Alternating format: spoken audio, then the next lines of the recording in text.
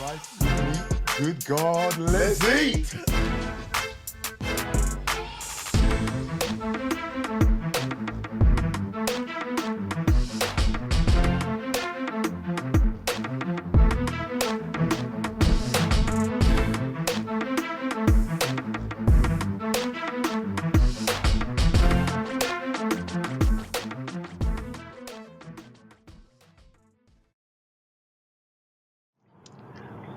Can't be the starting blocks, man, and then I keep jumping the line. That's what it is. Well, you'd have been thrown out of the race by now, Oh, don't you? you're damn right. I would have been.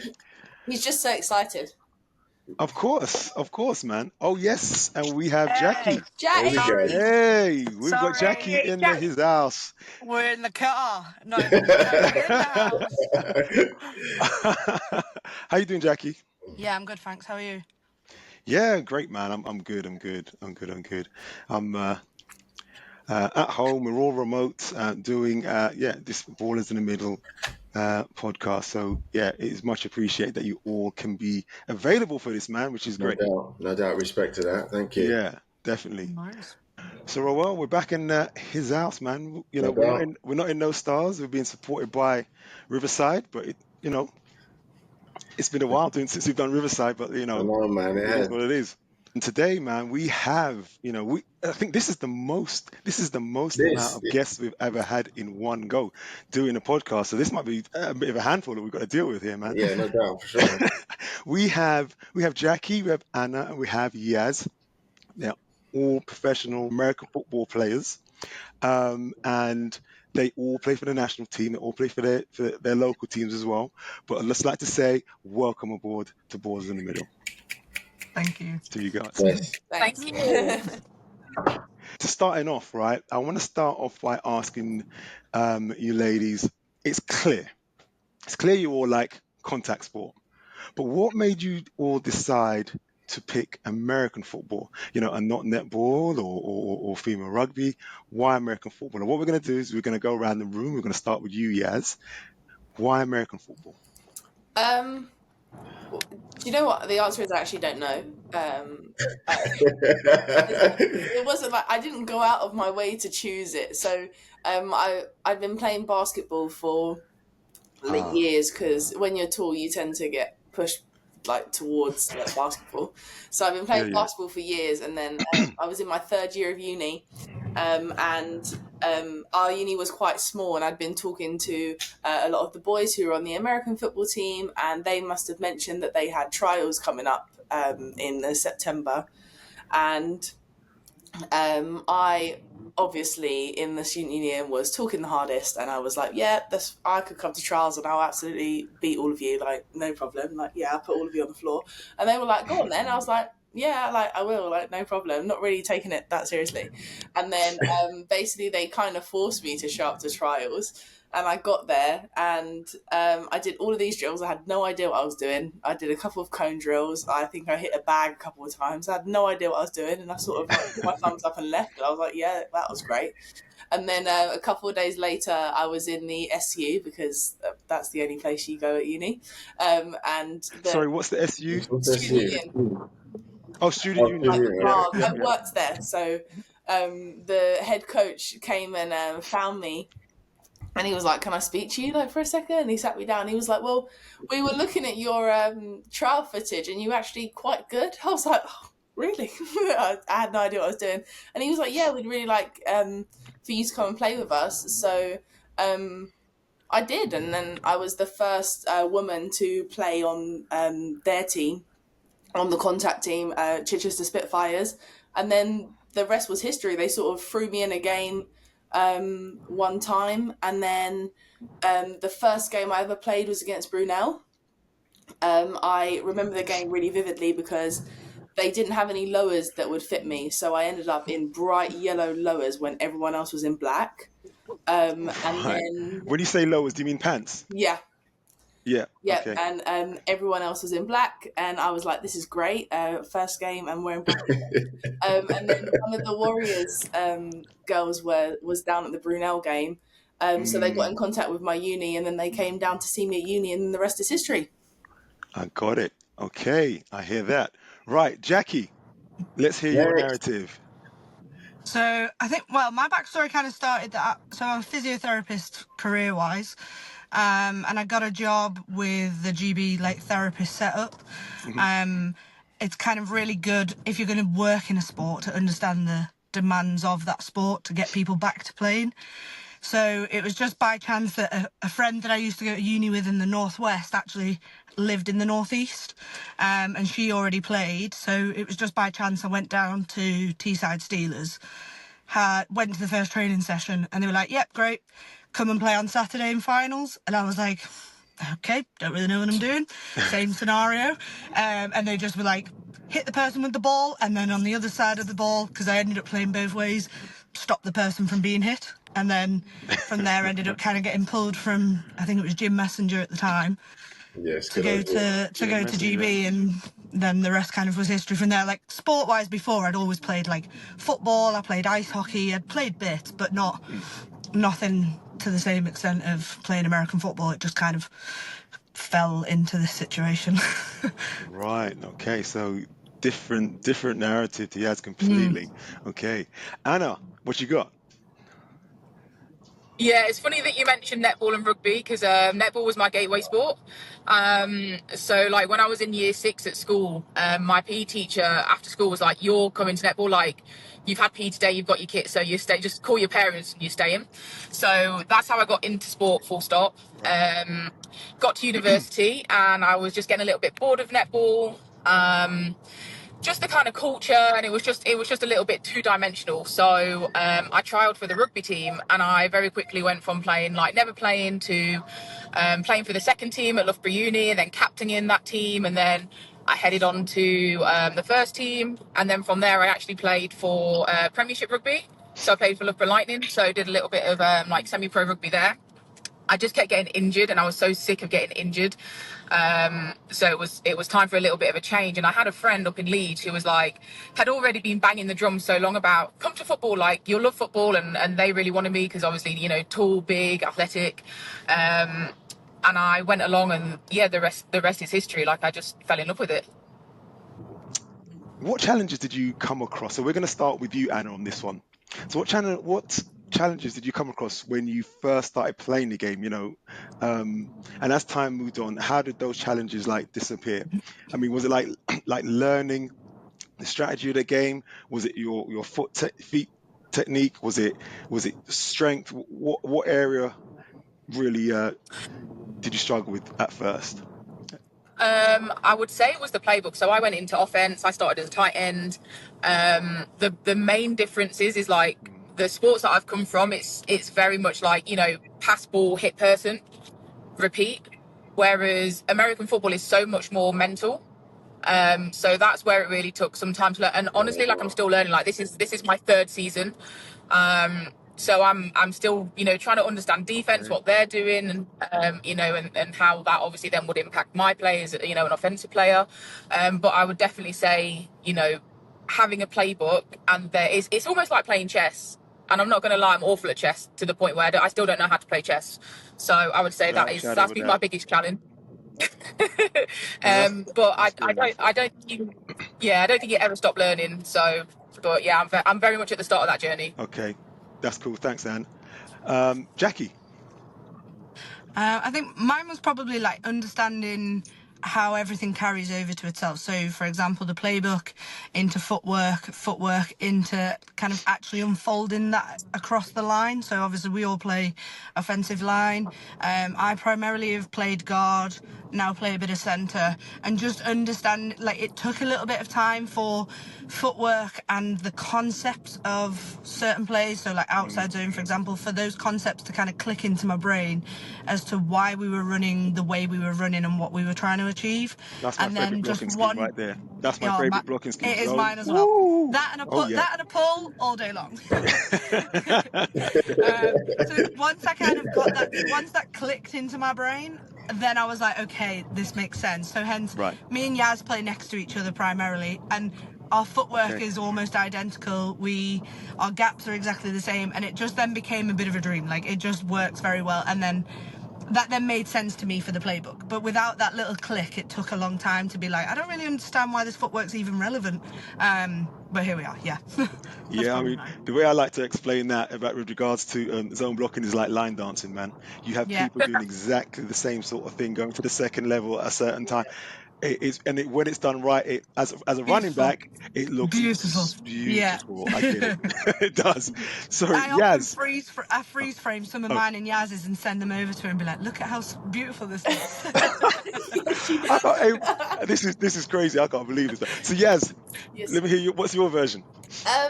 So I'd say two things. I'd say one was sort of like learning how to use like my strength in the right way.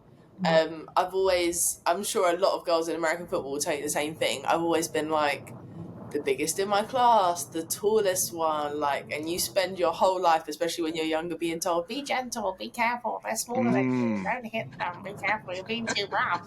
So then to come to a sport where all of a sudden they're like, well, now you need to hit this person like as hard as you can, like no mercy, basically. It's almost like a rewiring, because you're like, oh, like my intention is actually to like use my force to potentially hurt this person. Was the first thing, I think, especially as well when I came from basketball, which is only like semi-contact, so you really have to have that control to just know like when to stop, whereas here, you know, you can more or less do what you like until the whistle. License to kill, as I used to say. Exactly.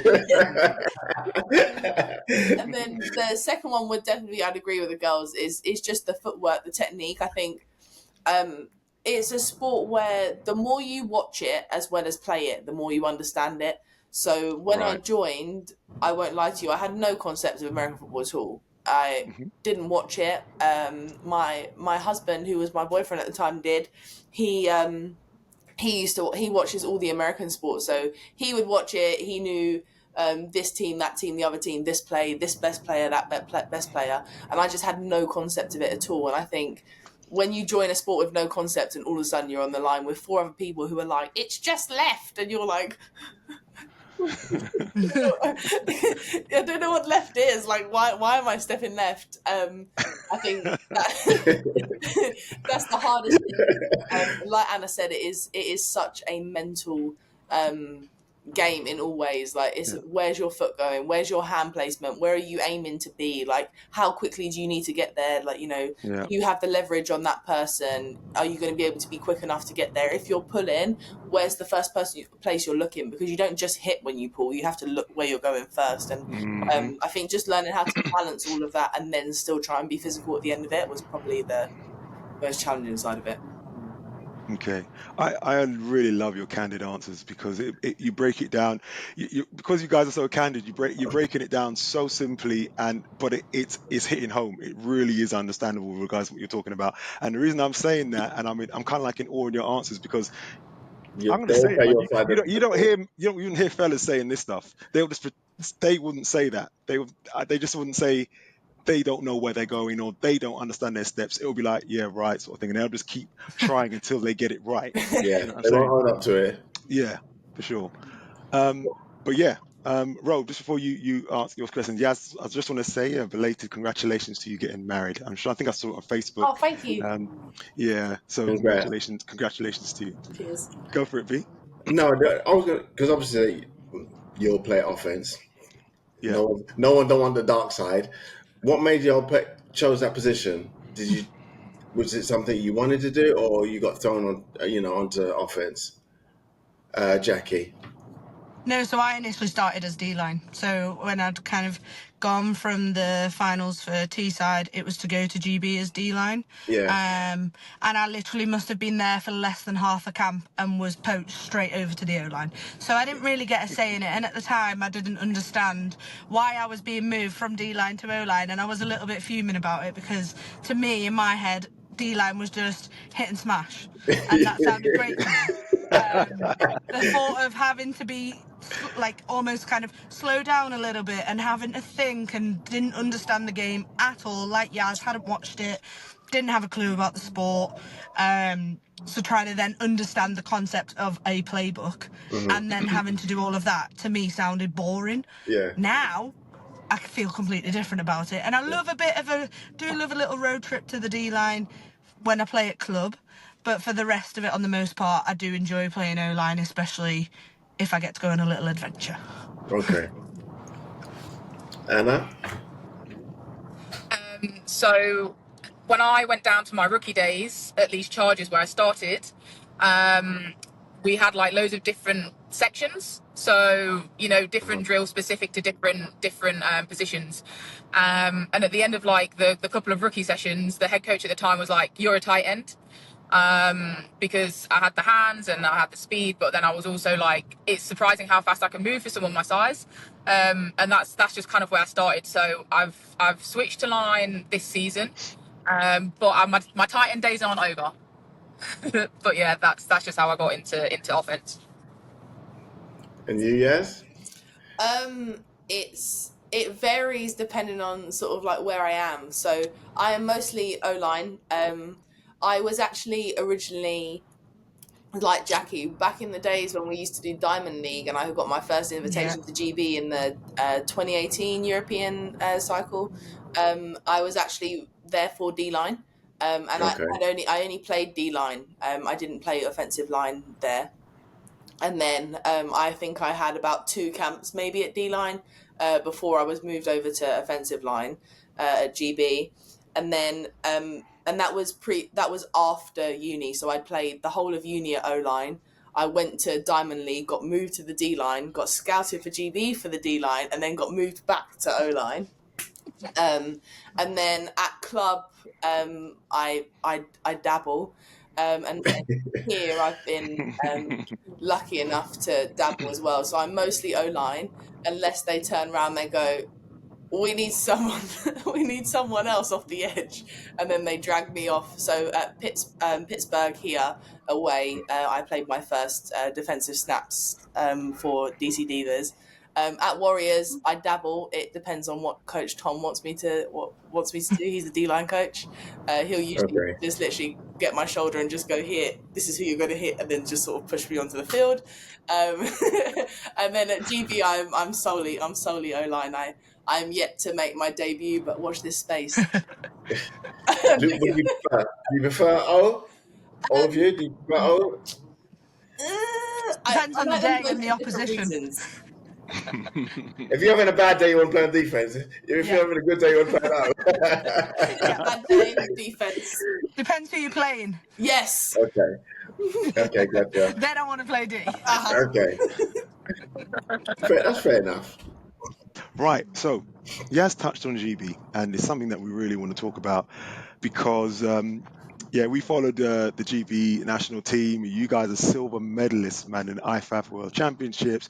You come second place in the world, in the Europeans Championships as well.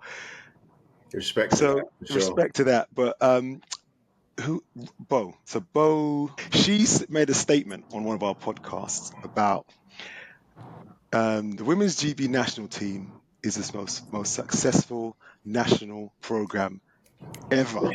Yes. You know what? We got to give you your props and your flowers because it's true. You guys are doing an absolute brilliant job, and it pisses me off to know that this stuff isn't nationalized across this country. People knowing who you are, who your faces are, what work you guys have done.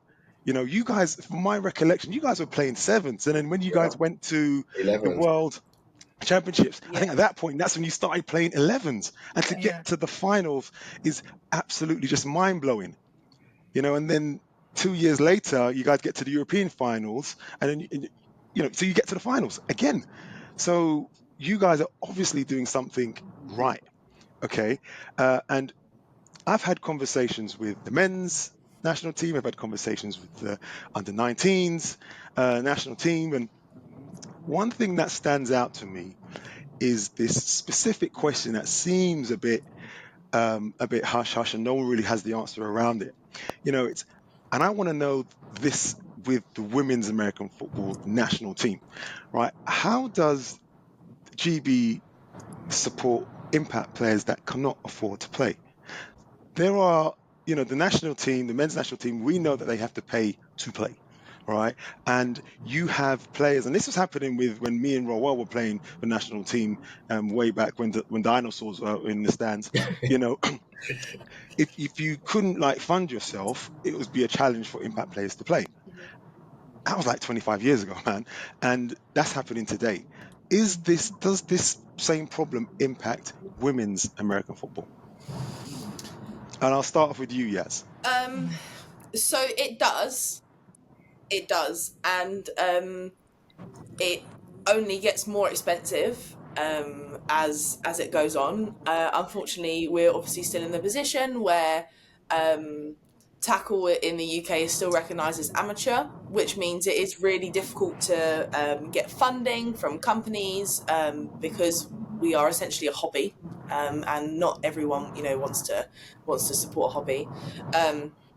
But also with the rise of flag, we find a lot more of funding in general is going towards flag as they sort of gear up to the Correct. Olympics, and maybe less at tackle. We as a team have, especially going into Worlds, had tremendous support from BAFA. BAFA really heavily subsidised us going to Worlds, and we essentially spent 3 weeks in Finland for what now, if we look back on it, is actually was really, really cheap. We also had Becky, who was our team manager at the time. She set up an instalment system, so as soon as our dates were sort of finalised for games, she would give us as long as possible to pay, rather than having to pay, sort of hundreds of pounds in one go. We'd be able to pay it in 3 or 4 instalments. And or if you spoke to her, you could set up like payment plans so you could pay potentially after the game. We also have some real amazing individuals in the team who, when they were fundraising for themselves or if they had the money, were paying for other players to be able to Wow. go. Okay, wow. So we had some players sort of going into the European cycle who were under 18.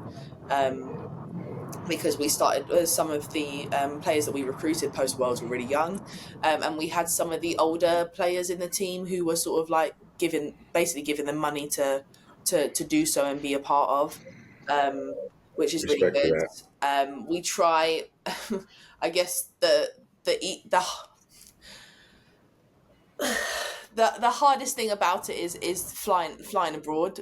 We've had some trips that are really, really expensive. Like when we went to Spain last year, that Becky had to do a lot of working around to try and get us there in terms of finding alternate ways for us to travel, just to sort of keep the costs down. Yeah. It is expensive. I think it's one of those things where when American football becomes what you want to do, you have to know that one of the sacrifices you're making is a monetary one. We're lucky enough to be in the position that where we're now in DC, we've got a team where the WFA is a pro team, and in America, this is considered a professional sport. We have a lot more access to funding from the Divas, so they've been amazing enough to put us up. We have a car, they've paid for our subs for the season, they've paid for our kit, because of how we're recognised, which is absolutely amazing. And there are a lot more companies that are willing to invest in that, as opposed to in the UK, where you are investing in your sport. If you want to take this seriously in the UK, it's about the community you sort of build around you that want to support you, and you being able to fund yourself in the sport, which is a shame, but hopefully, might change sometime. Yes, let's hope so. Jakki, what's your spin on this? Yeah, so obviously, like, when we went to Worlds, like Yaz said, BAFA had a massive kind of support towards that kind of experience and trip. Glad to hear. Obviously, it's a difficult situation with the European setup. So 2019, so I was physio at the time, but it was basically a week-long tournament. IFAF changed the rules that basically between games you had to have 3 days rest, or they couldn't be within 3 days of each other. So the European tournament changed from being like a week-long kind of tournament and changed to being home and away games, which were spread across 2 years. So there was a home and away game both years, which obviously then just occurs more cost. Like at the time you would think maybe that would be less than hosting a tournament, but actually if you only have to go to one place for 1 week, and you've got the cost of that within that 4-year cycle, that probably works out better financially. So I think that definitely has had a massive knock-on effect for the European setup. I think the fact that this has now changed again with regards to the European cycle because of the world structures moved because of the flags situation. I don't think any dates have actually been official yet, but some of them were basically going to play the same people all over again. That again, that's going to incur more cost that was quite expensive already. I think at club level, it's okay. Like, if you, depending on what level you want to play this sport, if you want to play it as a hobby and you just want to play at club level, then that's okay. Like, each club's different, depends. Warriors, for example, they have coaches for a lot of their games because of where they're based. We at Teesside don't, because we live so far away from where the pickup point would be. It doesn't become a monetary option. That makes no sense. So we pay a lot more outside of subs, but the subs are fairly are reasonable. I think it's just when it comes to that kind of that national level that people need to do things like GoFundMe pages or look at their own sponsorship to support that. Okay, thank you, Jakki. And Anna, what's your view on this? Yeah, I have a lot less experience in this because obviously I'm still so new to the sport. But one of the big eye openers to me is that we're paying 3 figures for a home game, which is something that from other sports I've not experienced before. Echoing what Yaz said, in the States, it just seems so much different. It just seems that the sport has so much more exposure, obviously because it's one of their national sports anyway, that in terms of the team going out and getting sponsorships, it's so much easier. Whereas I see one of the biggest contrasts in the UK is the sport doesn't have a lot of exposure. If you know about American football and British American football, you know about it, but if you've no idea about it, there's a lot of people oh, I didn't even realize you played that here.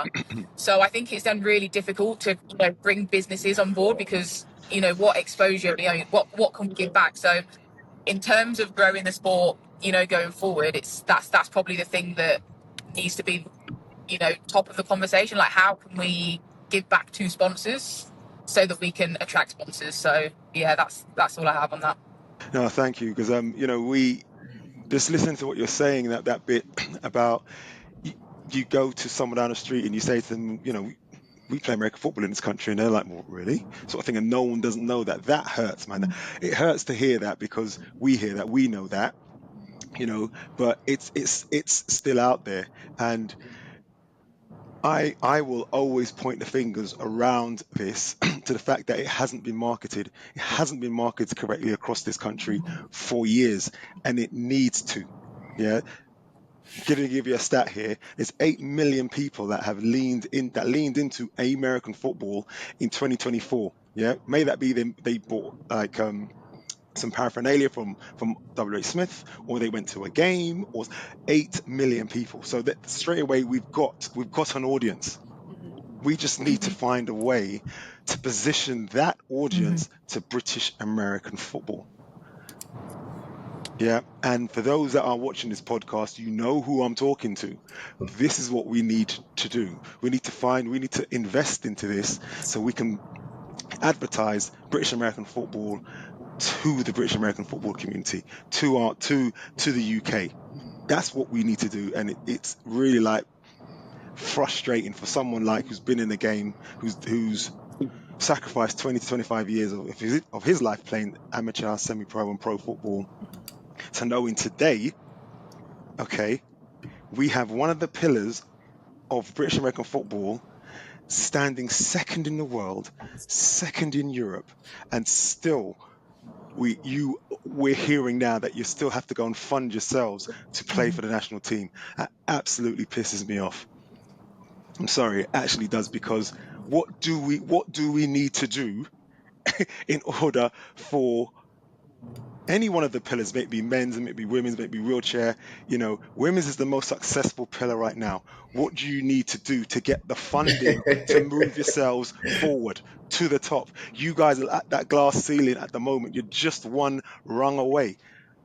Come on, we need help here. It It's just as just needs to simple as be that. recognised as professional. Like, Yeah. as soon as it's recognised as a professional, I don't know how we go about doing that, but like as soon as it's recognised as a professional sport, it's just easier to market.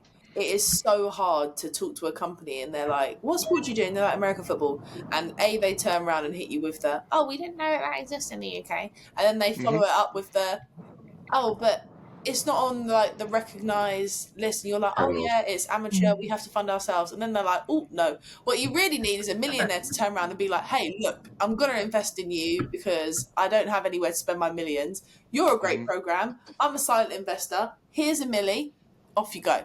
Because if we think about, like if I compare, I know it's a huge comparison. We compare it to here, like we play at a high school, we have people that come and people that come and buy tickets and sit in the stands. We have an announcer. We have someone that sings the national anthem. You have people that are selling merch, people that are selling food. You've got the locker rooms and the change rooms. You've got volunteers on the sideline that are bringing you water and electrolytes and making sure you eat at half time. And all of that obviously costs money. And I couldn't tell you how much it costs. I have no idea of the financials. But just imagine, say that, looking at the facilities, say it costs, for example, I'll pluck a number out of thin air. Say it costs 10K to put on a game in America. Don't know if that's the case, but let's say it is. Imagine what a team in the UK could do with 10K. Imagine if you went to a domestic team today and went, "Here you go, here's 10K." That could pay for all of their coaches all season. That could pay for all of their facilities all season. Then all of a sudden, all of these players now have all that subs money to spend on something else. That could pay for all of their pads. So now all these players are better equipped. So when they're taking the field, we don't still have female players that are wearing male pads after all these years because it's harder to get on with the Douglas pads that are proper. We could have, someone could turn around and go, here, I don't know, Riddell, here Zenith, here Nike, here's 10 grand, make a pair of female lowers so women can actually play in a pair of trousers that actually fit them. You know what I mean? Like, rather than all of us This on is the the pitch biggest one. constantly trying to pull up the back, but the front is like miles too big because obviously, what we have is slightly different to someone else. Do you know what I mean? Right. Do you know what I mean? Like imagine if we had a fraction of the money of what they spend over here in football in the UK, it could change Yeah. everything. And it's small changes like that that would bring in the audience, like in the Oh, for sure. nicest way. Like no one wants to come and see a sport that's considered the same as your kids playing five-a-side in the park. Because that's basically the level that we're considered to be in the UK. We're not considered to be professional. We're considered to be doing a hobby. So we might as well just be at Power League as far as most people are concerned. But here we are putting our bodies on the line every single session. The classroom that goes on behind the work, the gym training that we all have to do and we all have to put in to be elite. And it must have worked because somewhere along the line we became second in the world and in Europe. So it's done sure. something, but still there's so many people out there. How many of those 8 million do you think know that we're even a team? If the women's national GB team had some form of funding with regards to what you guys have done already, you don't need a calculator to work out Could you how far you imagine? guys could go. The thing is, though, look at how we've gone. When we went to Worlds and we came second against USA, where at half time it was 14-all. 14 all. Yep. We played sevens in domestically at that point. Yeah. We play Yep. nines now. So that money that helps get the recognition that grows the sport helps us go from nines to 11s, because ultimately we then have more females that want to play the sport, because guess what? They realise it actually exists. They then go, actually, I maybe don't want to play rugby, I want to play American football instead. Whereas at the minute, that conversation's not even possible if you don't know that it's there in the first place. So then we go to 11s, what could we do then? Then we can become first in the world, but we can't do that if we can't even play the 11s game. Yeah. I hear you. There needs to be the American football infrastructure in this country needs pro leagues. bottom line, it needs that, or it needs affiliate, it needs franchises that are over here that are playing in professional leagues. Yeah, it may be the ELF, or it may be something like that, but we need something like that to kickstart it, to, I guess, start whetting the appetite of those potential sponsors that are out there to say, well, look, this is what we got. Well, You know what I mean? WFA looks like it's branching to Canada, so maybe the UK Yeah. can be next. Yeah, Let's true. hope so. The thing about it, the thing what's crazy is like it's been like And that that's since we've been playing March. That's the craziest thing. It has to change in order for it to get better. one of the biggest And so you differences got, between WFA and here. Like yeah, each of the teams has an owner. right, Yeah, the owner grows the team by however which way they want to do that. Which right. FYI, the Divas owner is sensational. Oh, Rich Daniel, we love you. Cannot speak more highly of that guy. We love that guy. You'll never find Yes. that guy. You will never find that guy not trying to 100%. find a way to grow the women's sport. I have never met anybody like him. Like, you will be having a conversation with him in the most random places, and he will be noting down any which way that he can grow that sport. Yeah. If we had one person like that in the UK, the sport would be heading in the direction that it needs to go. Yep. Maybe we need to speak to Rich Davis, bro. Maybe Yeah, we no need doubt. Rich You need to get him on the show, Daniels chop it up with him. Yeah, Maybe. that's probably a good idea. To be fair, So now that we're kind of like leaned into the professional side of things now, man. I have to be honest, girls. It was about 6 weeks ago, I was just browsing. I went to the BAFA website, and I saw you three, at the DC Divas, and I'm like, well, what's all this about? And then I did a bit more of a deep dive, and I was like, what? I called Roll. I said, Roll, do you see this? I said, let me send you this link right quick. Cut a long story short.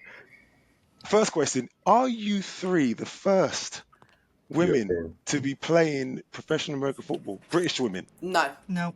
Okay, educate me, please. So I don't know if she's the first, but she's definitely before us. So Ruth Matter played for the Boston Renegades. Oh, Ruth Matter, the She's running been- back. Yeah. Yeah. So she's been Gabby Knott. Is it Gabby Knott? Oh What's yes, her name? Gabby. She played for Seattle Majestics. Yes, and she was in Karlstad for a while. She was playing for Karlstad Crusaders with Sydney Green. Right. And then Ruth Matter was over here. I want to say she's probably done maybe 5 seasons, but it could be Yeah, more. she played for Boston for a Wow. while. Yeah. Okay. Got it. But Boston didn't. Were not in the league this year, which I don't want to put words into her mouth. I don't know why. That's why she's not over this year. But Boston aren't competing this year. Okay. And then we're over here as part of the WFA, and also this year Ruby Watson, who is was centre at GB, centre / guard. She plays for San Diego Rebellion. San Diego. So they got to their she plays in the WNFC, so she plays in the other league. But she was also over here this year, and her team managed to get to the conference finals, where unfortunately they lost to Texas, who won against Washington 21-19, which was the most tense game ever. Right. But there has been a few of us that have been out here before. I think we're the only ones to do it as a trio. I don't think Yeah, anyone I would say there must be something why they decided to make a news article about the three of you. That's crazy. Well, it's outstanding. It's outstanding Yeah, the no fact doubt. that you all got picked up. You're all playing at the professional level right now as you speak. I'm going to ask a question about injuries, but that's going to come back a bit later. Regarding the WFA Women's Football Alliance, this league was created back in 2009. I think you're in the 16th season. Just for people that aren't too sure about the league, I think there's like 60 active teams across 3 divisions, Division 3, Division 2, and the pros. Yes. All having 2 conferences, right? The National Conference and the American Conference. Yeah. Yeah? Right, okay. So the DC Divas, is that the same team as the Washington team, or was that a separate team? It's separate, right. Okay. Right, cool. So how did you guys get handpicked? What process did you guys go through? Did you go through were there like open day trials, or did they reach No. out to you individually? Talk us through this. And I want to start with Anna with this one, please. So I went to the WFA put on a camp in Netherlands last year. And at the point, I was just like, I just want as much football as possible. So I went over there. Team United came over, a load of WFA coaches, and we did kind of like a Team United versus rest of the world game. So I met a load of people out there. And at the time of where I was in my life, I was like, oh, actually going out to the States is a possibility for me. And that's just kind of where it started. So I actually started talking to Minnesota. The owner there straight away was like, put me in a WhatsApp group with the head coach. We were talking about like, you know, trying to make something happen. And then obviously Jakki and Yaz were also looking at going over. So, you know, I'll let them talk about their stories of how they got kind of handpicked. But then it was like, oh, the three of us together. And yeah, we all kind of then ended up at DC. Right. Okay. What's your version, Jakki? So I think it was mainly off of the back of playing at Worlds. Right. The kind of OC for DC Divas grafted, basically. He did not let up. So he just kind of was Instagrammed, DM'd to consider going and playing. At the time, I didn't think it was an option for me just because of work. But basically, because me and Yaz had kind of played together next door to each other for that whole tournament, that as a partnership would work quite well. And yeah, basically that it was just kind of off the back of that. He basically just DM'd until I couldn't say no. It's basically it. I appreciate that, Jack. Yes. So it's very similar to Jakki. So Coach Rod had been. Well, what happened was I followed the Divas like a while ago, and then nothing had come of it. And then last year, some of the players that I played with when I was in Finland had played with the Divas. So one of his first messages to me was actually, I spoke to the Finnish players about you and we're still interested in you coming over. Will you do it? And through a lot of persistence, the same as Jakki, he finally like managed to get us on a call. But it was basically like every time he called me, he was like, "So you're coming over?" I'd be like, "I don't know." And then he was like, "And then you're gonna bring Jakki." And then I was like, I don't know, like maybe. And then about September time, he spent the whole summer, especially this year, like the lead up to this season, he was very persistent. Every time I posted, he would either like the story or respond to it and be like, "Oh look, you're wearing football." Yeah, the European. He knows what he's doing, man. He knows what he wants. Yeah. Every European game. Oh, that was a good block. Oh, that was good play. Yeah, good block. Oh, I watched the game. That was a great game. Oh, yeah, I saw you do this. Good game. Yeah. And then he started watching stuff on YouTube. So he'd seen some of the old Warrior games. Then he would message me about them and be like, "Oh, you ran a counter here," or "Oh, you ran this here." And then when we finally got on a call with him, sort of around September time, he was sort of like, "Are you guys going to come play in the States?" We were like, "Absolutely." We were talking about Anna, and we were like, "There's the three of us want to come over," and he was like, "Yeah, okay, we'll make it happen." And then here we are. It just sort of whirlwind in April. Wow. So this sounds like y'all got recruited over a long period of time. So this guy was just like, He was playing the long game, man. He played long play. He got the long game. He was exactly what he was doing, And he didn't give up, mate. and he got what he wanted, Yeah. man, which is great. Yeah, so persistent. Got to hand it to him. So okay, so I don't know. I'm still in my infancy with regards to the WFA, and I'd just like to know how are, I know you guys are under contract.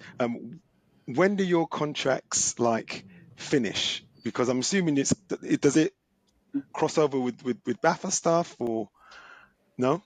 No, so when you're in an American league, you're part of a completely different organisation. So if you play in Europe, you're still part of IFAF, I see. so you can't play UK football and like Europe football. European when you're football, part of yeah. America, it's like an add-on. So you're still part of IFAF, and then you're part of, I don't even know what their league is called. I'm sorry. Whatever theirs is. Whatever their league is. America. Yeah, America. Okay. But So you you're can part of do their both league and you're part of IFAF. Yeah. So you can do both in parallel. Yes. Yeah. Yeah, right. Okay.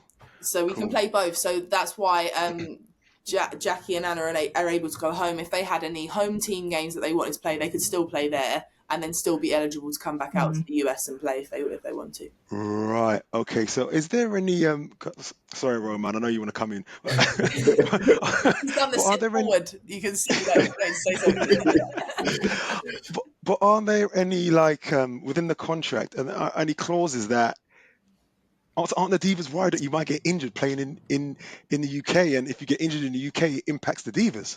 So it was a massive conversation I especially had with them, because I compete in strongwoman as well, in the UK, and at the time I was due to have like a UK's competition, and so part of the not contract agreements, whatever the contract was written up as, the conversation was, irrespective of that contract, are you happy for me to do X, Y, and Z? And they basically then verbally agreed for us to then do that. So I think they also are of the understanding that even if we come home, so I've had to come home in between, like on bye week, so I've missed a couple of the league games for work, but then if I've been in the UK and we've maybe had a GB camp like we had yesterday, they understand the importance of us still needing to train, whether that be with them or here. So although there's the risk of injury, so for example at GB camp yesterday, the risk of us being injured would only be as high as if we were with them. So I think they have that understanding that we need to still be at that level, and if that was to happen, then we would just have to deal with whatever that meant. Yeah, well, that's good. That sounds like the team are really supporting you guys and making things really flexible. supportive. It's really, oh man, that's the difference, man. And then, Sorry, and then Ro, to jump add in to there. that as well, like the So when it comes to medical like teams and staff that they Jackie have and over Anna, there. you guys have gone home. Does that come out at your own cost, or do they help you with Sorry, my flights and signal's stuff? atrocious. Yeah, so they supported for like our first lot of return flights. So that would be like the start flight out and then Yeah. the last flight home from a baggage point of view and things. Any in between have then been kind of self-funded, which obviously taps onto that conversation earlier about the cost of what do you want to get out of the sport. So financially, that's a conversation that I've then had to have to be like, is the experience and doing that then worth the financial burden of that? And obviously at the minute that's been the answer is yes. If it was in a different circumstances from a work point of view, would that have been different? Probably. I was just in a position where I couldn't not my job meant I had to come back, and that would be what it would be. Okay. Yeah, Fair play. I mean, at least you got the it's a opportunity lot. to do that. Oh, I can imagine. Seeing as I'm currently still trying to plan the flight to get back on Wednesday. Yeah. Because we've I can obviously only had to imagine. wait to see what the playoff structure looked like who we were going to play.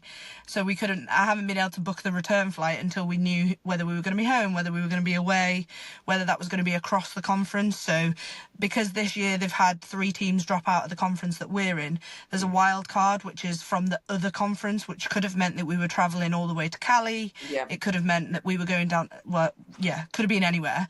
So booking the flight back has then meant that it had to be last minute, which obviously then occurs Because where we are. Yeah. yeah, no doubt. Jesus. So keeping on a conversation about with regards to contracts, etc. I mean, how are the contracts like structured? Are they like, do you have like 1 year, 3 year, 5 year contracts? Do you have like signing bonuses? Do you have playoff bonuses? Does it encompass that? So they're rolling contracts. So you only sign for the season.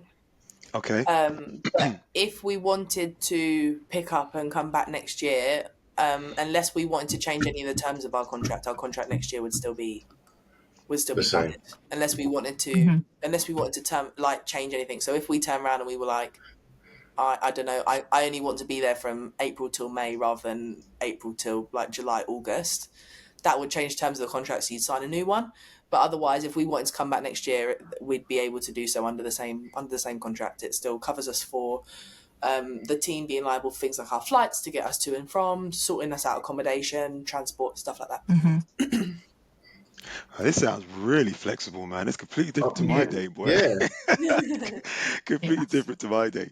That wasn't even close to what we was offered when we was going into Europe. I think out of the 2 of us, Hutch had the best deal with Hamburg, I mean, my one, I went out to Kiel, and yeah, it was for the time I was there. But he had a car, he had an apartment. I had to share a car, but he had his own car. So compared to nowadays, like that deal you guys got is absolutely amazing. How did you guys negotiate your contracts when you were like playing? Did they just give you one and you were like, that's what we're taking? Or did you guys have conversations leading up to it that was sort of like predetermined your terms?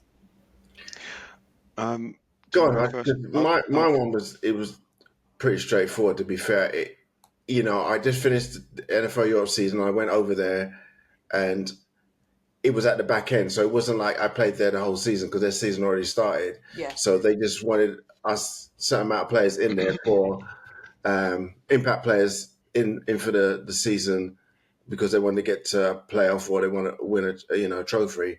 Where Hutch was, I think he spent pretty much the whole season there. Sorry, Hutch, you go explain yours. that's all right. So Royal's talking about. He's talking about the GLE, the GFL. We're talking about, as in this is semi-professional American football in Germany. This isn't the NFL Europe stuff. No. He's talking about semi-pro.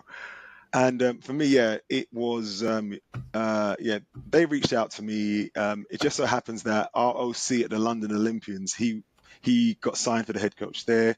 He brought a couple of players over from the UK, and there was some flexibility in me negotiating. Around one of the main things was I wanted to make sure that I had a part-time job in the industry that I just graduated in because I wanted to build up my experience whilst I was playing ball over there in Germany. So there was a bit of flexibility there, but the contract was very good. I had a company car, had an apartment. Only thing I had to pay for really was just fuel. Everything else was pretty much covered. Mm. When it came to NFL Europe, Yeah. no flexibility at all. And that was just a contract that you had to. It was as if to say, yes, you should be privileged. You need to sign this now before we give it to someone else, sort of thing. After all the hard work we put Yeah. in to get there. Wow. I mean that was an absolute blast, though, for real. But there was no flexibility with our professional contracts. No.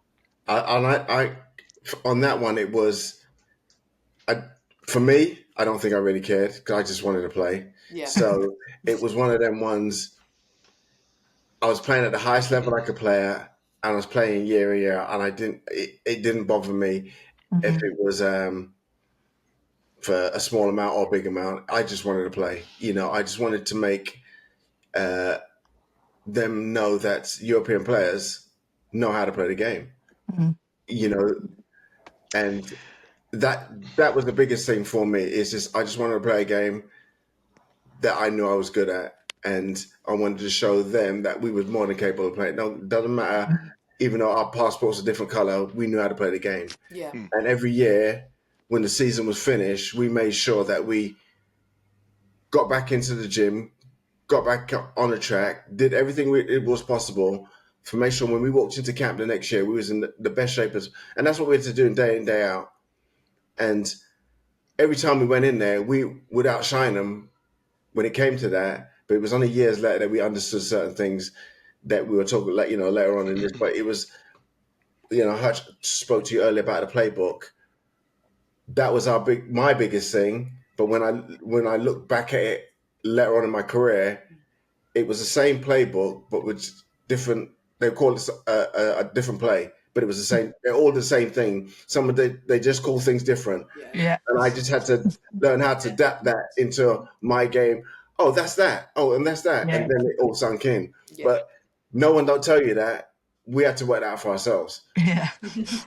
Girls, there was a level of prejudice. Yeah. Yeah, there was definitely a level of prejudice as non-American players playing professional American football, and you had to literally had to earn your stripes on the field. Okay, and once you won the respect of the players, then you had to win the respect of the coaches. Okay, and it kind of does lead me into my next kind of question.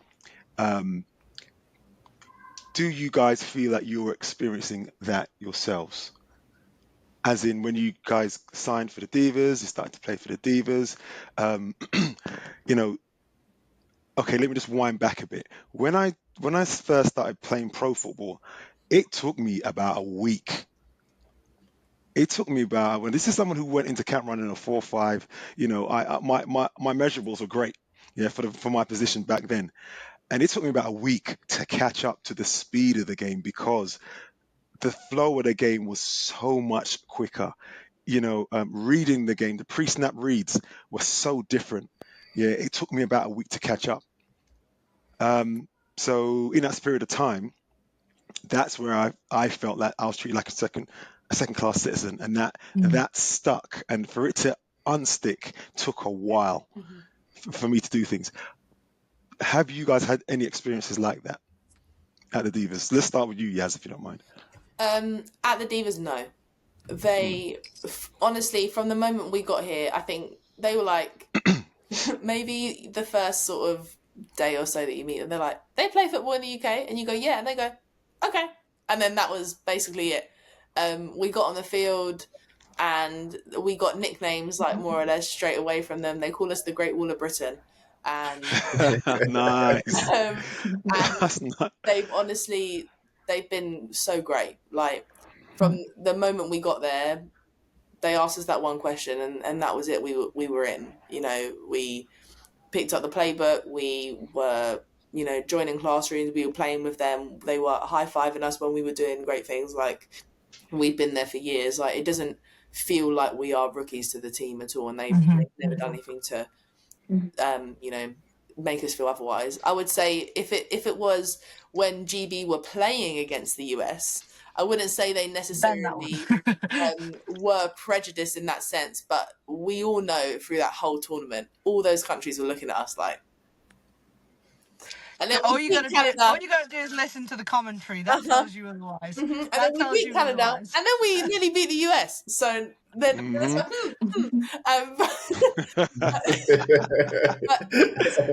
as a team, the Divas have been great. The US national team, however.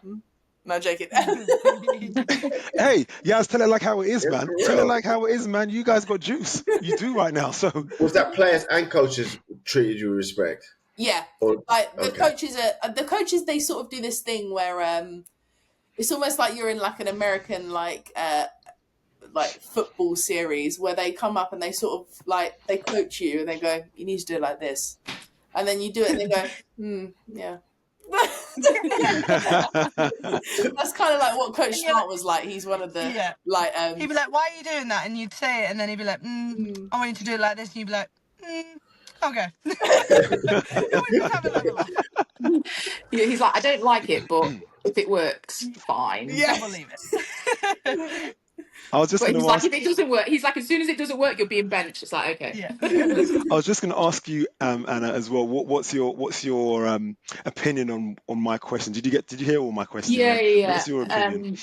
Like, this team like talks about family, and Joe, when you hear like, oh, we're a family in a workplace, you think, red flag, like that means you're gonna have to graft for nothing, kind of thing. But no, this team, like when I say the owner came and picked us up from the airport, like they got us a hotel that night when we got in, so like we don't want to then trek you 45 minutes to your place at like midnight. So it's all these little things that they've done, but he picked us up, and like one of the girls mentioned before, like he's constantly writing down like things that we wanted to do, what we do, like just so many different things to make sure that we felt at home. Like the first thing they kind of force fed us was fish and chips, which was a joke because obviously like that's the last thing we want when we get to the States, but here we are.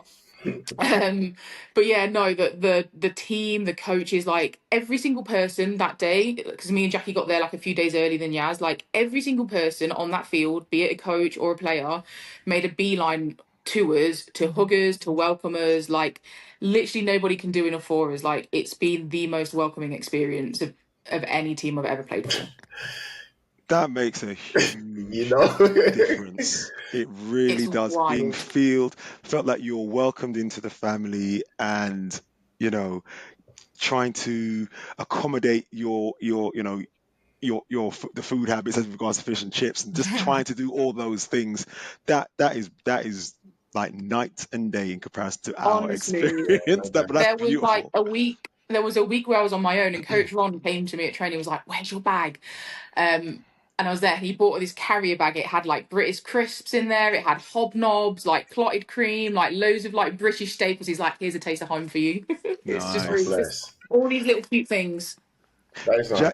Jakki, what's your opinion on this? Yeah, I mean, like the girls have said the majority of kind of exactly how I feel as well. I think when it comes down to even only like 2 weeks ago when coaches are coming up to you and saying, what have you seen and what haven't you seen or experienced so far? Because I want to make sure you get the most out of this experience. Like, we don't want you, we don't get paid to go and play, but we get to have all of that experience and have all of that support to have gone and lived what our dreams would effectively have been. If you'd have asked me as a 8 or 12, 15-year-old girl, would I be able to go and play sport in the US competitively? Never in a million years. So for them to then realise that it's a whole experience on its own, and to want to help us tick off those things and help to support that, just shows how much of a supportive team like they really have been. Yeah, we can't really speak highly of them, to be honest. Listen, it just sounds all positive, man. Which is Yeah. so nice compared to what we went through when we were playing. But I'm glad the experience for you guys is like top tier. I think as well, compared to other teams, so people who've gone over before, they've maybe been put up with people who are already on the team and within other families, whereas they've supported for the three of us to live together. So like, that's quite big in itself, that we've been able to then have our kind of UK home within that area and people that we know. Like, we've never played other than obviously GB. Like, we don't see each other on a regular basis, but to then be able to form that kind of friendship and that bond in another place, as opposed to going and living with a player or somebody else within the team, has been massive. I was just thinking about this, 'cause I was just writing something down here. I'm just thinking to myself, well, this really does sound. It sounds really great with regards to the way the team has embraced you guys and helped transition you guys to playing with the team in practice, on the field and off the field. I was wondering, is this like maybe could be results of lessons learned in the past? They may have got it wrong with other players, etc. Obviously, learnt lessons and doing it now right.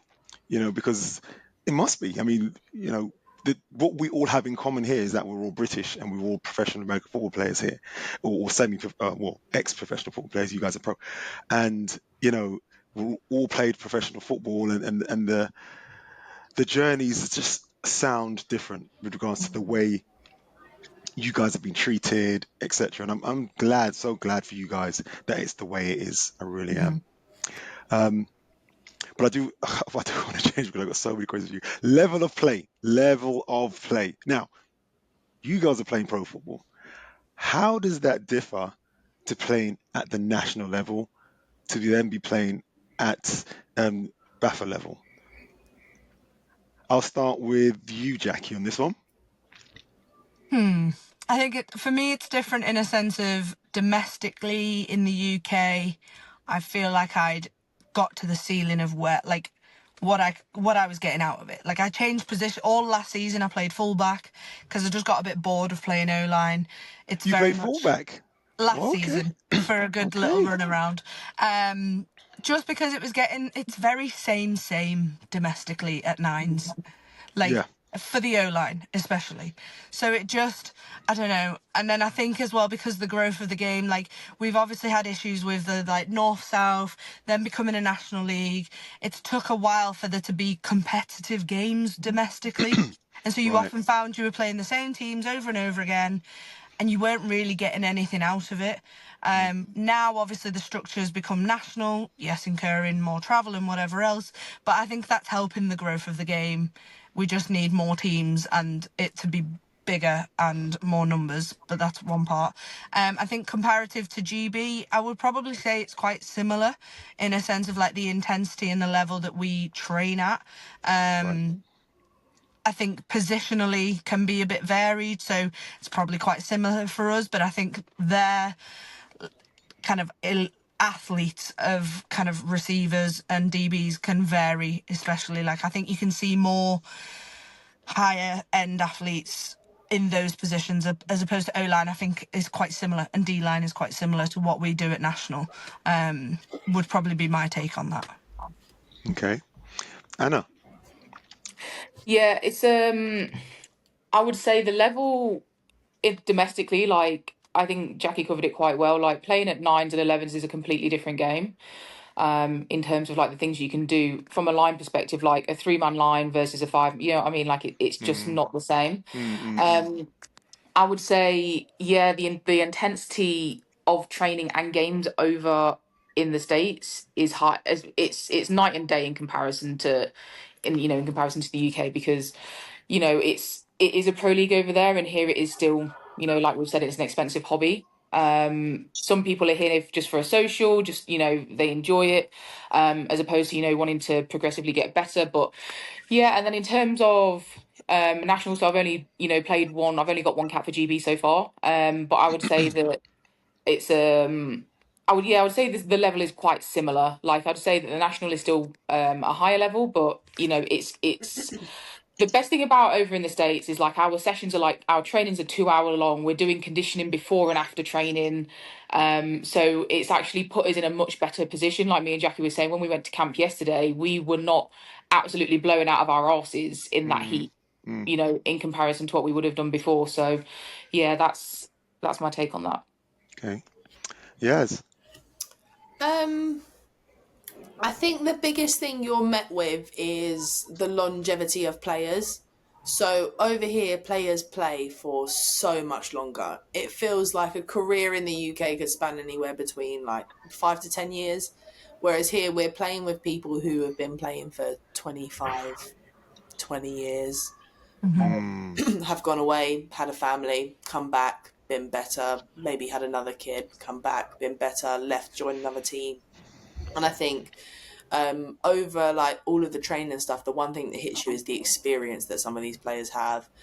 Even when we were playing against, some of them on Pittsburgh, and we were scouting them, and we were talking about players, like some of the players we're going up against have been playing for 21, 22 years.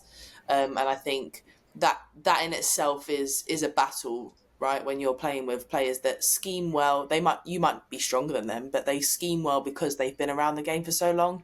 And I don't think that's something we really see in the UK. You very rarely see someone who's been playing for that amount of time. Maybe the transition from like a player into a coach, and that spans over the 20 years. But to be a player for that long is definitely one of them. And I'd agree on the training, the sort of intensity for the training. The conditioning, especially in the heat, is maybe not something that we're used to. I think it's definitely, if anyone's ever been to a warrior training session, it's comparative to when we have to do like the conditioning that Coach Tom and Coach D give us. I couldn't even go into that hellhole of torture right now. But it was definitely something that when I came over, because I came over a few days later than the girls, they were like, "Oh yeah, we do conditioning," and I was like, "Oh God, they're going to see how unfit I am." It wasn't too bad, but yeah, no, I'd definitely say the experience and the conditioning are the two sort of the major differences that I think you'll see when you get here. I think anyone, if you're coming with the level of experience that that we have, I think we can compete at this level for sure. But it's those things you can't always compete with, because you can never really truly be conditioned, no matter how many times you're in the gym, to being in your pads in 35-degree heat like that. You're never conditioned for that, no matter what you do. So And no air. yeah. So another question, as you was talking about conditioning, did you, when you guys first went over there, did you have was there like a training camp, or was it just practice and start playing games? And how long was the training camp, if there was one? We missed them. They were in like January, February time. So by the time we got over here in April, they'd already started planning for their season. So it was always of the agreement, because they did ask us if we could be here earlier. But because we all play football at home, it was an agreement that providing we were training and we were up to football caliber and football fitness, that we'd come over and we'd be able to sort of just jump straight in at the season.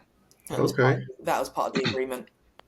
Yeah, so we literally got there, I think, the week before the first game, like maybe 10 days before the first game. Yaz was about a week to, 5 days, week to 5 days before. So it was literally training for a few sessions and then into the game. Right. And what was the build up like, obviously, come the first game, is it anything compared to how you was if you played locally or played in GB? What was their structure, Jakki? So it was, for me, it was just the frequency of training was a lot more. So I mean, domestically we only train once a week.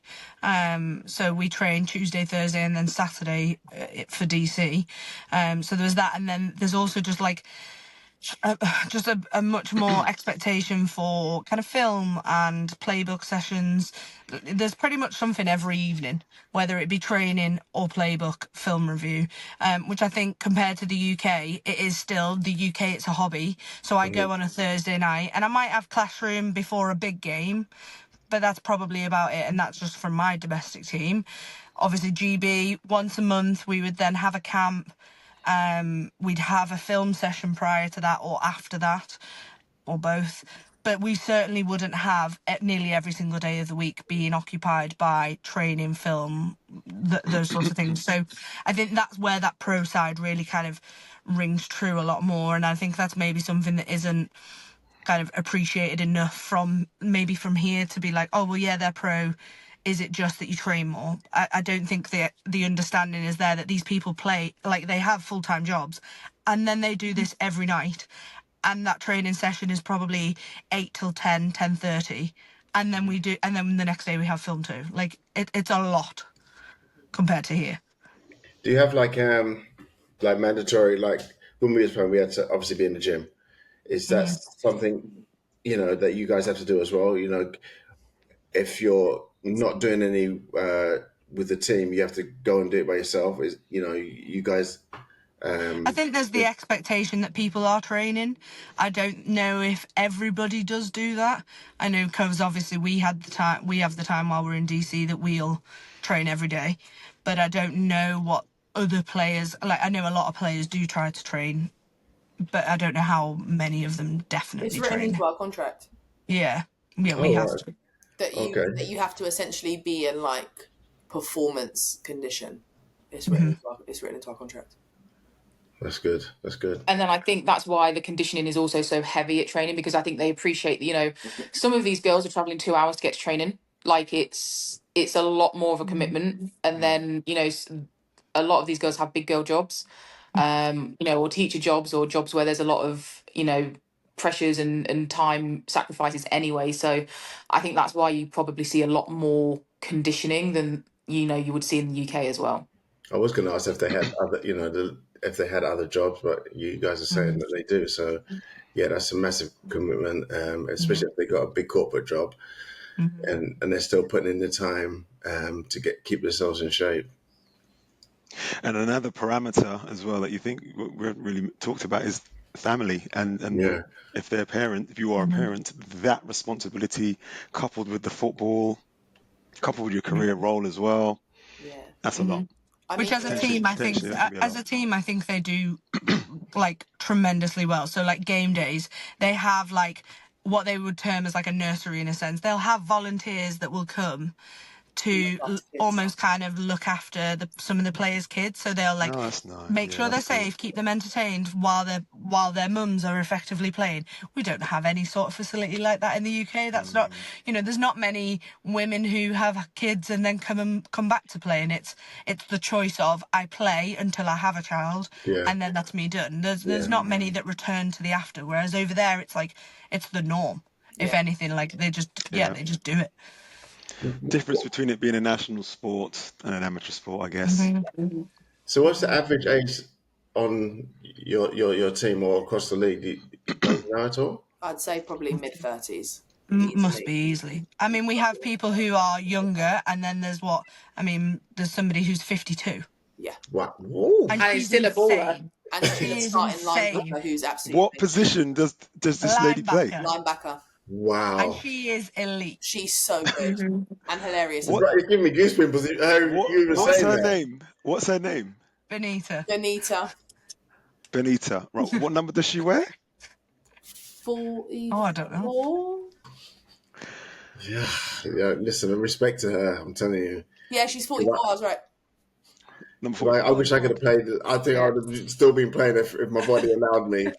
Absolutely insane. She's I going to might, kill I me might for not telling pay her a age lot. now. I might not pay a lot because they probably fine me, but you know, yeah. But yeah, I wish I could have played a little longer. But the body was like, nah, bro, you got to hang it up. So, ladies, where do you see yourself? So, right. I mean, with regards to your achievements to date, right? I mean, they are not many people have done them in this country. Let's just be real here. And I just want to know, where are you? Where do you see yourselves in the future? I mean, like in 10 years from now, do you still see yourselves, maybe not playing, but do you still see yourself? Do you see yourself in the game? And if you do see yourselves in the game, where do you see yourselves in the game? And I'd like to start this question off with Yas. Um, I don't know. I don't know if I'll still be playing, but I'll definitely still be around it. So I have kind of already started coaching. I coach at the QM Vipers as the O-line coach, and although I don't know if I'll be there in 10 years, but like I'd quite like to coach a little bit more. I think I'd like to coach internationally as well. Like once I have like experience, it'd be really nice to have this same experience, but maybe as a coach as opposed to as a player. I'd really love to do that, but I think I'd definitely like to stay around the game. The thing with American football, I think you spend so much of your time playing it and adjusting your time to it and adjusting your life to it that it's never something you can just truly just drop, because you realize actually all of the amazing relationships that you've made for that 10-15 years you're in the community are some of now your strongest relationships and your best relationships. So it's really hard to just drop it. Like So your husband. I'd like to think that hopefully so I'd like to think I sort of transition over into like a coach, but same experiences, just the other side of the sideline. Cool, fair enough. Jakki. I don't know. I kind of feel like this was kind of starting to be the pinnacle of where, like, the top of where I would get to. I would aim for another Worlds, again, dependent on Worlds timing.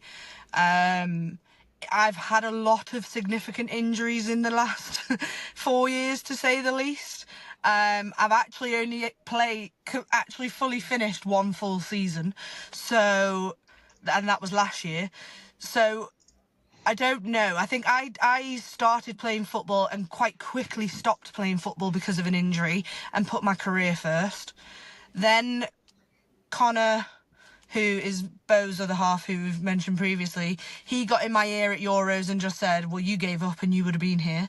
And then that ate away at me for time, which brought me back, and now he's got me back into this mess. So, I don't know is my answer. I would like to think that my body could hold up, but I really don't think it could. Physio is my background. I still do a lot with GB from a therapist point of view. So I'm one of the lead medics for that, arrange all the therapists. I'm technically the lead for men's, but there's always clashes with women's. So I am meant to be with men's a lot, but that doesn't always happen. Obviously, there's a lot going on with all of that at the minute. So if I am involved with the sport, I would probably think it would be more down that route. I have started doing some coaching as more like a player coach, and then I've done little bits with like Durham, but mainly just with Teesside. And then, so who knows? Like probably more as it's harder when you've come from a therapist background, because I could get paid to be somewhere and still be in the sport, or coach and not get paid. So it's like, which one do I choose? Is often my question. Be to myself. smart. Yeah. Okay. Anna. So my plan is just to play as long as possible. Like I definitely found this sport too late, and I think as a lot of a lot of women will echo, like we wish we found this sport sooner. So my aim is just to keep playing as long as I can, but then obviously I want to learn, go into coaching, but I also come from the perspective of growing the sport. So when we met the owner Rich of DC Divas, like he was probably one of the most inspiring people we've spoken to. Like he has fallen in love with this women's sport, and he's not only trying to grow the divas, but he's genuinely trying to grow this women's sport, like both conferences, both leagues. And so I mean I run my own business, and so I've got that kind of entrepreneurial spirit, and I would like to be a part of the growth of the sport and, you know, getting women paid and even men paid in the country. So yeah, that's where I kind of see my pathway in sport going. Right. Okay. Well, you know, as what you are all doing right now, you are all building strong and validating football CVs for the near future. Anyway, with regards to wherever you want to go into, may it be coaching, may it be entrepreneurial, operational stuff, or strategic, you are all building strong CVs as what you are doing right now. So power to you guys, man. I give you all your flowers for what you're doing right now, man. And yeah, we're going to be following you without a shadow of a doubt. Yeah, Appreciate definitely. it. So we mentioned it. I mentioned it earlier about family support and how important it is to have the closest person to yourself, may that be your mother, your father, or your partner, support you through this process. My question is, who that person is, and how are they helping you get through this journey? And I'll start this question with, I think I'll start with Jakki. Yeah, I'll start with you, Jakki. Oh, this is getting serious. Okay, so let me. So before you answer, This is immortalized, Jakki. Remember, whatever you say is forever. I'm excited. Before you answer this question, the reason why I asked this question is because when I was going through my journey, you know, I was kind of fortunate of having a partner that kind of understood what I was doing. But some of the players that were in parallel with me, they had partners that didn't understand the game, didn't understand the amount of commitment you had to put into it, didn't understand how serious it was as with regards to us taking that pathway to going to amateur to semi-pro to pro, the challenges around it all. Some of the partners weren't very supportive because they just didn't understand, and maybe they didn't lean in to want to understand, and that caused problems for some of my colleagues, right? That's why I'm asking the question. No, I completely understand the question. I think for me, it's really important. Like, you have to have somebody who understands that you're not choosing to be in other places because you don't want to be at home. You're choosing to be in other places because you want to better your, like, you have to go to the gym. You have to, you know, for this, for example, you're wanting to grow in your own development, you're wanting to grow the sport, so you're going to go and take the experiences that you have. You have to have a solid person at home who is willing to pick up the slack a little bit and facilitate and support that. I'll keep my answer as that. That's my PC answer. Jakki, I will take that. I will take that, Jakki. That's all good. Right. So I'm recorded. I would explain the answer more. Right. We know what you mean, Jakki. So I'm going to hit this one straight to Anna. Yep, go. Boom.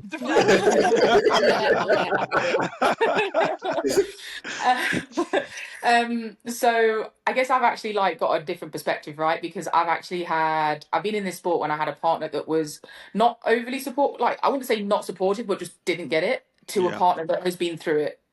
And I wouldn't be in the States if it wasn't for Kev, really. Like, having somebody that understands the sport, and obviously, you know, he's taught me a lot. Like, I met Kev literally through his O-line UK camps, because I was going into tight end, got into GB, and I was like, no one's even taught me how to block. Like, how do you block? So I was like, can I come to these O-line camps as a tight end?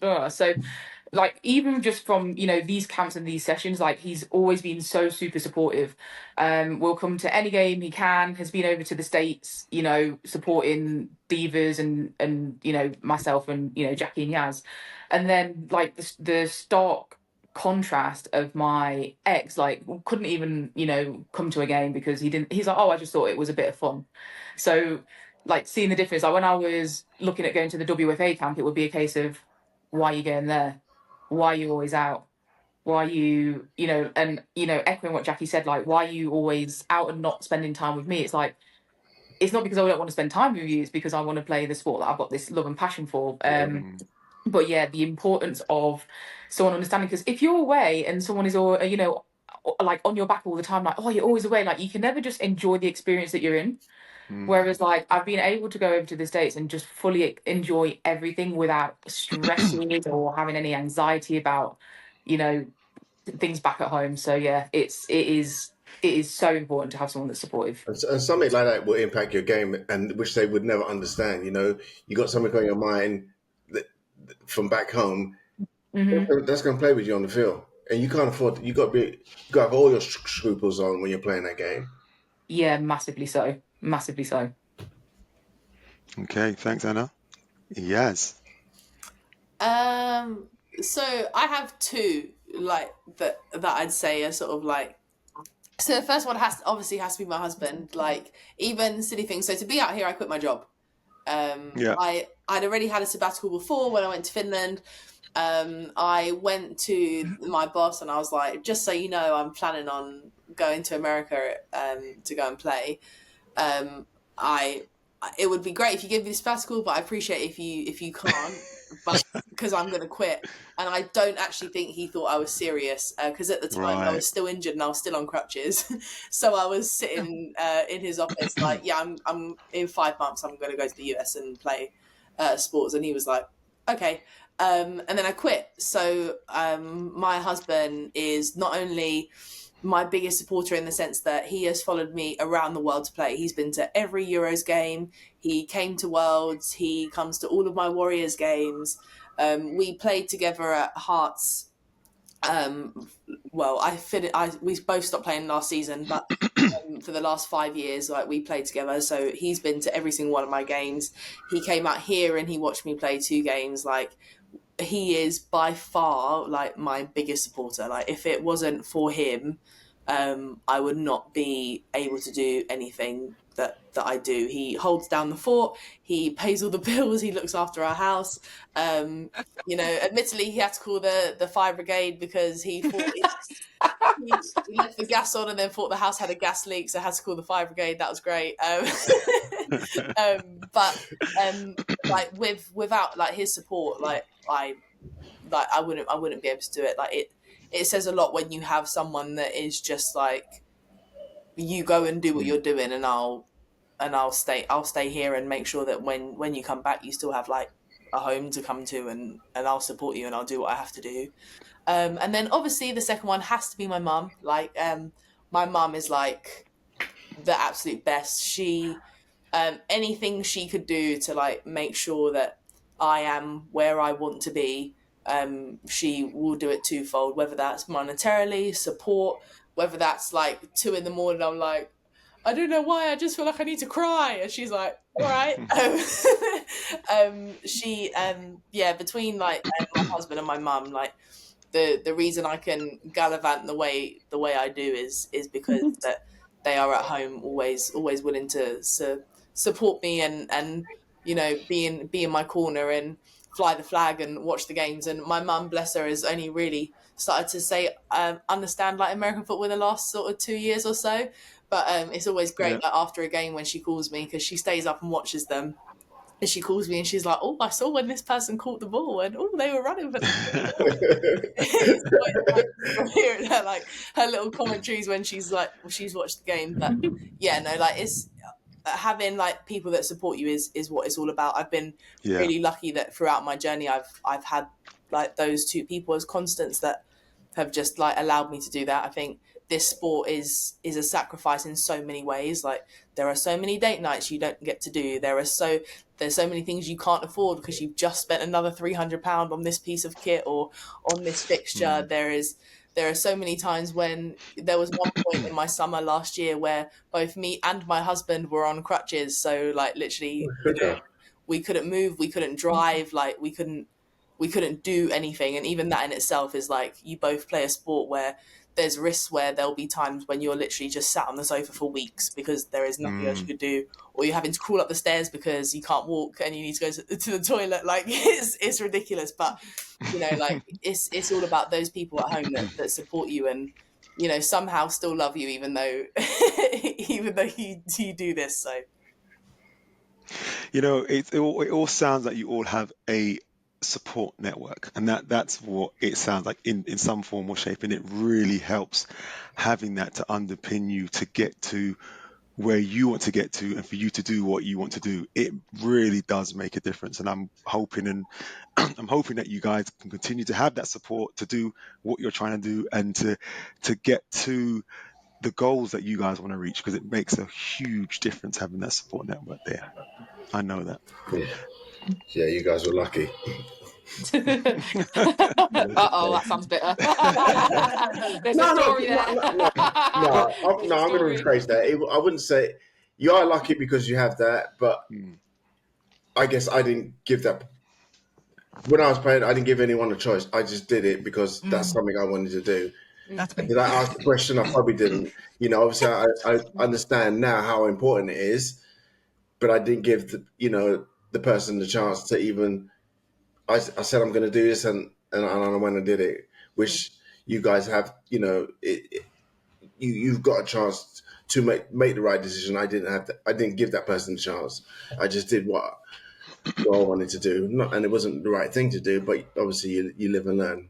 I don't think that's the wrong thing to do, though. I think your goals and your aspirations are yours They're at important. the end of the day, and I think if you're with the right person and they support you to do that, then they will, if that makes no sense.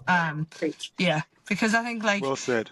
yeah. You have to make. She wants to tell us a bit more, but she's trying not to. Jackie, spill the tea. Spill the tea, Jackie. Go on, Jackie. We know you want to tell us a little bit more now. We know you want to spill We it. know you want to tell us a little bit more now, Jackie. Look, she's even got look, she's blushing a little bit too. Look. I am always. That's how you know it's juicy what she's got to tell you. Biting her tongue not to say it, but she wants to say it so bad. Okay. Just protecting the five of us on this podcast. Yeah, I'm going to go to the I'm going to pivot slightly. I'm going to pivot slightly with regards to the women's national team. You guys will be, from my understanding, you guys will be hosting Finland in August in the next European Championships. Is it European Championships? It is. In August, and following that, you're going to flying off to Spain in October. To obviously play Spain. I think then from there on in, the next year, you guys will be playing Germany. Yes. You guys are going to be looked on purely because of where you're playing today as a slightly higher echelon of player within the team. I don't know if you're all going to be captains or not, but how are you guys? Are you guys looking towards those games? And if you are looking towards those games, how are you going to prepare for those games, especially the Finland one? I'll start with Anna on this one. So I'm actually transitioned to O-line for the for this cycle. So for me, it's literally just been a case of playbook. So I transitioned literally the middle of this season. I had two training sessions before then. I was like, okay, now I'm actually starting at right tackle.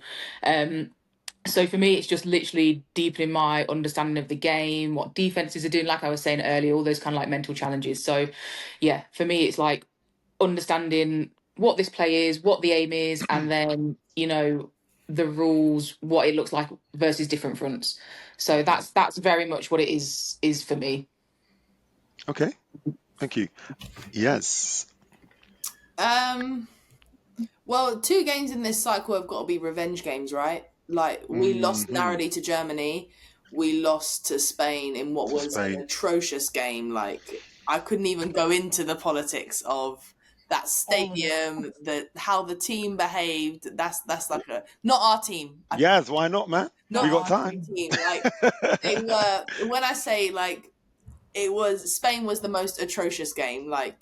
Not from anything like the GB team did. I actually think that we came away from that game so much more united in a lot of ways. Yeah. I think Germany was a really hard loss because obviously until then we'd been more or less undefeated. I don't think we saw losing to America as a loss because of how well we held them. If I remember correctly, at Worlds we sung "We Are the Champions" instead of America. And then when we jumped in their victory photo. So they were having a photo with the trophy, and our team jumped in and sung "We Are the Champions" instead. That's crazy. That's hilarious. So What was it? I've got to ask. I'm sorry, Yaz. What was the reaction? What was it? do you know what? They knew how to react. I think they were all right. Like, Oh, okay. I mean, you can't really do anything when a team is singing the champion song louder than you are rolling on the floor. Like, there's not really much you can do. Like, we were all at the front of their phone, like this, like singing the song. I think a couple of us were going, "Wait, isn't this song English? So we should be singing it anyway."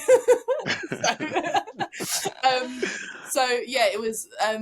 Germany was a hard game in that sense, but like I think. I won't lie to you. I think everything is Spain. Like Finland really are a competitor we can beat. We've beat them before. We beat them twice. We beat them in the first Euro cycle, and we've beaten them in this Euro cycle, the 2018 Euro cycle, and we beat them in the one last year. So it should be, although they're a competitor that is very, very strong, their D-line especially, really strong. Like we should, that's a game where I'm like, bring it on, challenge, whatever. The real one is Spain. There are some rivalries that need to be put to bed there. So I think like going into this cycle, what we're focusing on is like aggression. We are not letting that team get the better of us this time round. Like they played the mental game last time and they won. They didn't play the physical game. Like in terms of physicality, like Finland, physicality through the roof. They will hit you, punch you, jump on you at the end of a play, just as they should do, because that's what American football is. Like Spain, when I say they had us before that ball even snapped, that cannot happen again. Like we are coming for their necks. We are not. It was like water torture. It was like, we will drip and drip until you break before we've even played the game, because we're going to play every possible card down to a location of a hotel, down to a location of a game, down to your behaviours at breakfast and the night before. Not letting us sleep the night before. We won't give you shade. We won't, just down to every possible thing our that fans could will possibly stand there and jeer and boo and like laugh. We won't give you your walkout or your national anthem or anything like that. You will just So there are things to be put to bed. I was just going to say, thanks, Yaz. Jakki, what's your opinion? But you've just beaten to the punch there. Spain is like it just is one of those things that you just need to we need to put it to bed. That's all that is. Yeah, we've obviously been having those preps, so we just need to piece everything together before. Yeah, for sure. There's a reason. There's a reason why they did you guys like that. They know you guys are a threat. They know you guys are hard to beat. And if you're saying that, you can say, okay, they mentally beat you to the punch. Well, that's fair enough. It's lessons learned, right? It's not a loss. It's lessons learned. Yeah. So coming into this competition, the target's going to be on your back. So just buckle up and be ready. Okay. Last question. I could talk to you girls all day. Last question. Do you have any questions for us? I feel exposed now. Yeah. Very exposing. So I would say, what advice would you give to your younger self? So see if there's any lessons that we can learn from you guys. That's a good one. Okay. Don't do it, run away. Save your bodies. My younger self. I think from my younger self, I'll go first on this. I think it would be initially in my career when I think more when I got into the professional scene, to initially have had more confidence in self. Definitely having more confidence in self, saying, I can do this. And let's not worry about that guy being allocated from Cincinnati, or that guy coming from a Power 5 school, or that guy playing 3 years in the league, or have self-confidence and that you can do it. Yeah, you've met the measurables. There's a reason why you've got this equipment on. There's a reason why you've been selected.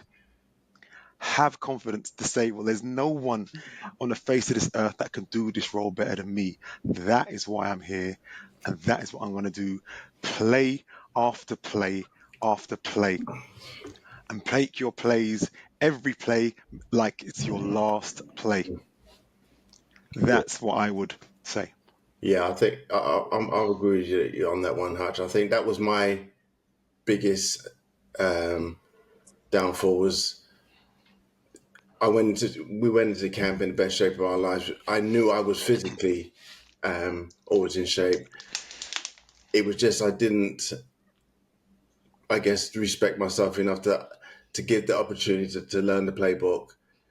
It took me too long to understand the playbook. And I think if I was to turn back time now, that would have been one of them. And then obviously how important watching film was, because I had everything else. It was. I don't think I did enough film work. So I would say be a bit more disciplined when it came to like, understanding your craft. Being the best person you can when it comes to your actual craft. That it don't just take the physical part. Is the mental game is huge, and which I don't. A lot of people don't understand. They think it's, oh, I look this certain way, I'm built this. I'm meant to play the game, but that's just half. That's not even half of it. That's the small percentage. The rest is the mental game, the mental side of it that a lot of people don't put the time in to understand. So I would say I wish I could have, been a little bit more wiser when it came to understanding the mental side of the game. I knew I could physically play it, but it was just, those little pieces that I learned coming towards the end. Like now in life, I've taken everything I've learned from football and turned it into life to today. But I wish I could have knew it a little bit earlier. Great. I think I'd like to add, just to add on to that as well. What I'd say to today's players is, and I'm going to segregate this off to semi-pro and pro players, right? Because it is different, right? It's about that fitness program off season.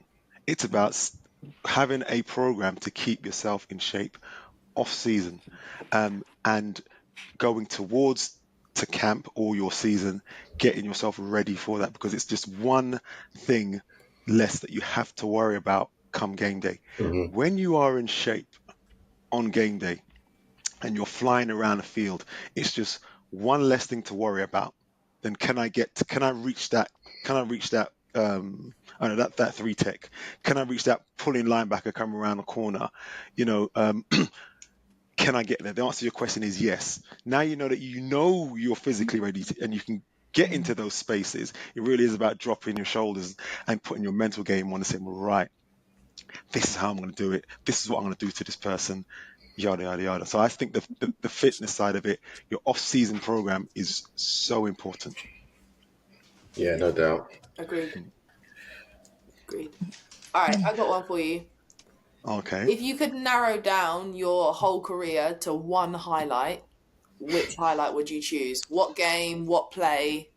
What would you think would summarize your career? Ooh. Okay. Oh, I don't know. I'll go first on this one. I think one game. I think there's two games, I have to say.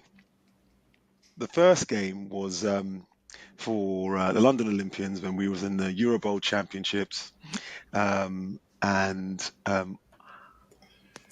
up until 10 minutes before the game. So I came into that team as a backup, and I kind of played backup during that season. But I got a bit more game time than I thought I would have, because the starting running back, a guy named Richard Dunkley, he had an injury. So anyway, just fast tracking, we got to the Euro Bowl final, playing in front of about 20,000 people. It was absolutely great. And I found out 10 minutes before the game that I'd be starting the game and playing the majority of the game. So I was like, right, okay. It was a bit of a shock. I wasn't mentally prepared for that, but they did that for a reason, because I was a rookie in the team at the time. And I would have done the same thing to me as well. I would have told me at the last minute too. And yeah, and I had a great game. I had a real great game. I won MVP for we won the game, won MVP. It was absolutely brilliant. It helped elevate me to playing in NFL Europe and such. So that's that game. The second game was in 2001, playing for the Scottish Claymores in NFL Europe. And it was more of it was in week 9. Okay, it was a 10-week season, and through all of that, through the whole season, I was playing backup. I was playing a lot of special teams, but I was playing backup. And it got to like maybe week 7. I started to see a bit of the field at running back and started to taste it a little bit. And then I got to week actually it was week 10, and there was a lot of, I'd say, sideline pressure on the OC to play me. Okay, and so he did. So the head coach jumped in and went over the OC and said, "Yeah, put Hutch in." So I played quite a bit of that game, and I did really well. And I had a monkey on my back, and I really wanted to show the head coach, and I really wanted to show the OC, which was one of these guys that treated European players as secondary, that I can do this. I've always known I could do this, and guys like you, I want to prove to him that I can do this, and I did. And I had attitude on the field as well, and we came up and we won that game. Last game of the season, it was great, and the head coach came up to me when we was having dinner after that in the evening, and he said to me, "Just buckle up for the next season, because you're going to be our starting national player for 2002." And that really dropped my shoulders, gave me so much confidence that the head coach came to me and told me this over the OC, that this is what's going to happen next. So yeah, I'll say that those are the two games. Unfortunately, that next year was 2002, right? And in 2002 was 9/11. So because of 9/11, I was on a sabbatical from my company year on year to play in NFL Europe, and that year I couldn't do it. Because of My company wouldn't give me the sabbatical, so Oh, I no. chose not to play that year.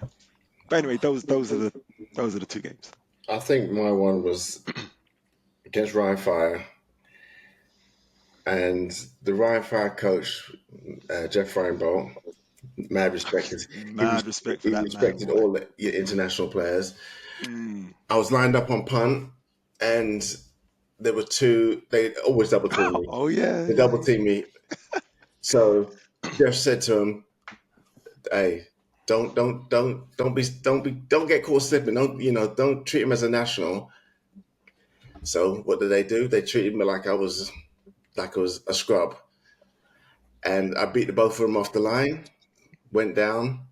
When I mean, everyone thought I hit the returner too early, but it was perfect, and I hit him clean underneath his chin, split his chin wide open, and I was like, "That's what you get for disrespecting me." I turned around and walked off the field. That was the moment for me.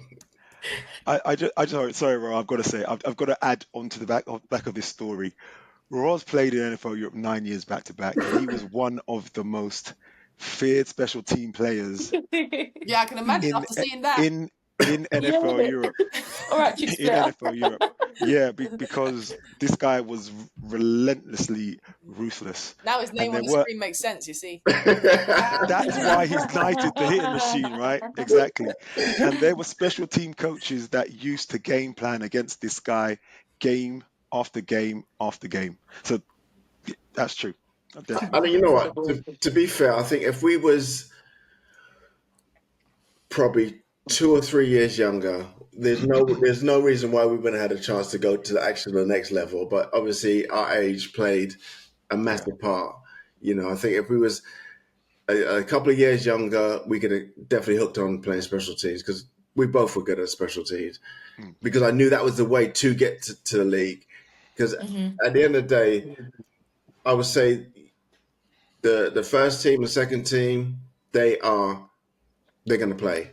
But those third team players, they're the ones that make up the special teams.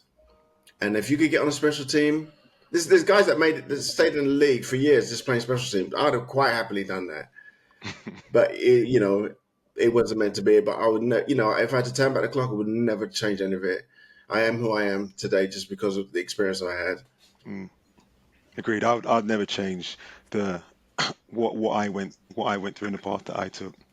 I mean, it was a blast. It was an absolute, playing NFL Europe was the best that level of football was just off the chain. It really was. And we keep it. We've networked. We've kept in contact with players and coaches and GMs and stuff, and we always sit down sometimes and have conversations about players that moved on into the NFL and ask them, well, what's the difference between the NFL and NFL Europe?